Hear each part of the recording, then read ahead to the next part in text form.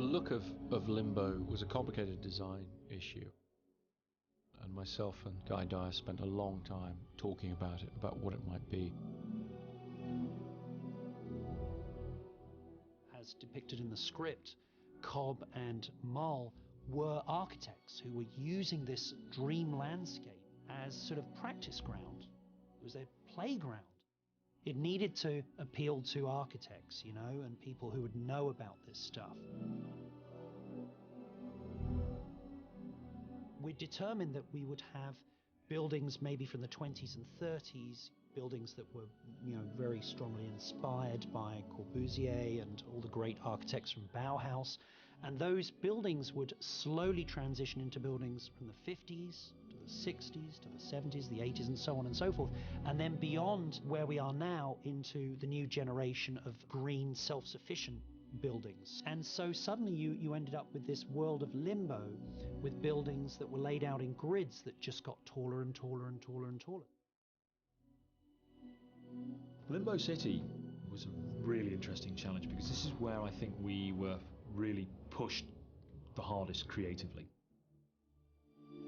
In the script, it's described that they emerge out of the sea and they are confronted with what appears to be a giant crumbling cliff face, but then it's made of buildings. This is something we spent quite a lot of time working on concepts for it, designing it, developing ideas and looks and feels for how this thing might work.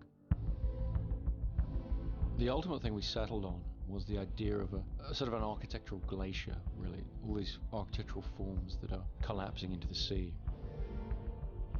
To achieve it, we knew there would be a massive visual effects burden.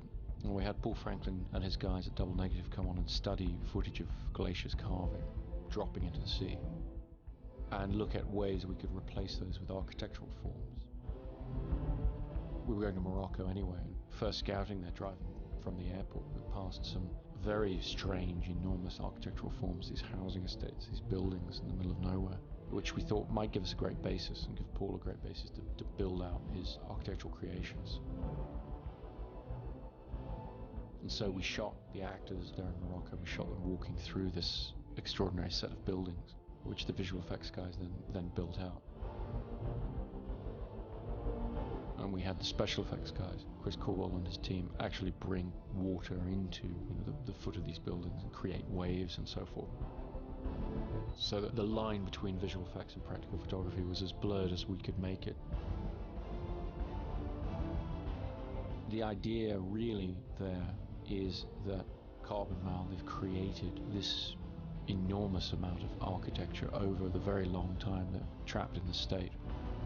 And the water, for me, the ocean, sort of represents the subconscious. It represents the subconscious over time eating away at this vision of theirs and it being gradually lost, gradually eroding.